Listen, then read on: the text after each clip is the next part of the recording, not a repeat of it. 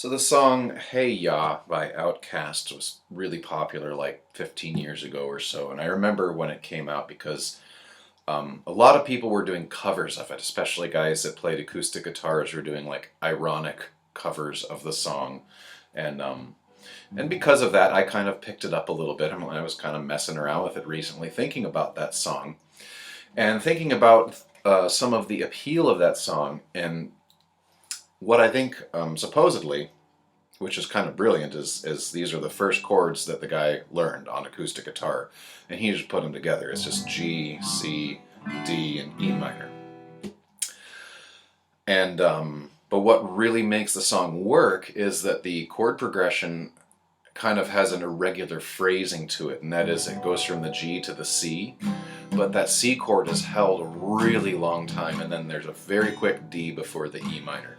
So usually in a song, you've got like one chord held for 4 counts or for 8 counts, but you don't have chords that are held like in such bizarre ratios to each other.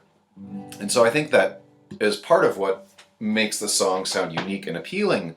And I recently, as I was messing around with that, I was thinking, wait, I've heard that before. I've heard that progression before. Not just that progression, but that progression with that exact same irregular phrasing. And that is in the song Say a Little Prayer, or I Say a Little Prayer for You, the Dionne Warwick song, which I believe is one of those Burt Bacharach songs. And it has that same thing where it's G and then C, and then you hold that C, and then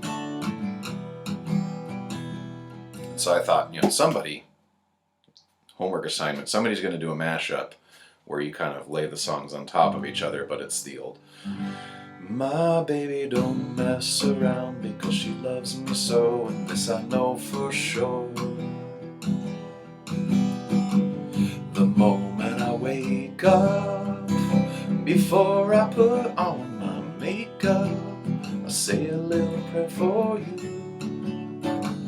But does she really want, but can't stand to see me walk out that door?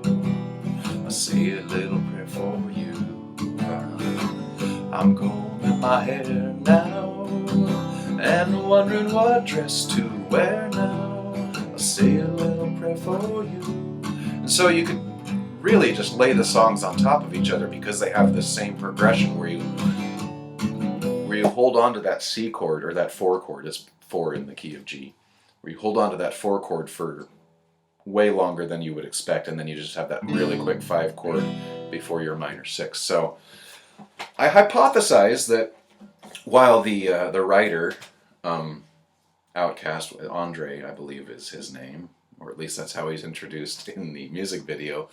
Well, I mean, obviously this was like a brand new thing, and the melodies of the songs are different, and they definitely have a different feel. But, I hypothesize that he was probably listening to some Dionne Warwick not too long before he wrote Hey Ya. I just think that irregular phrasing of that same chord progression, it's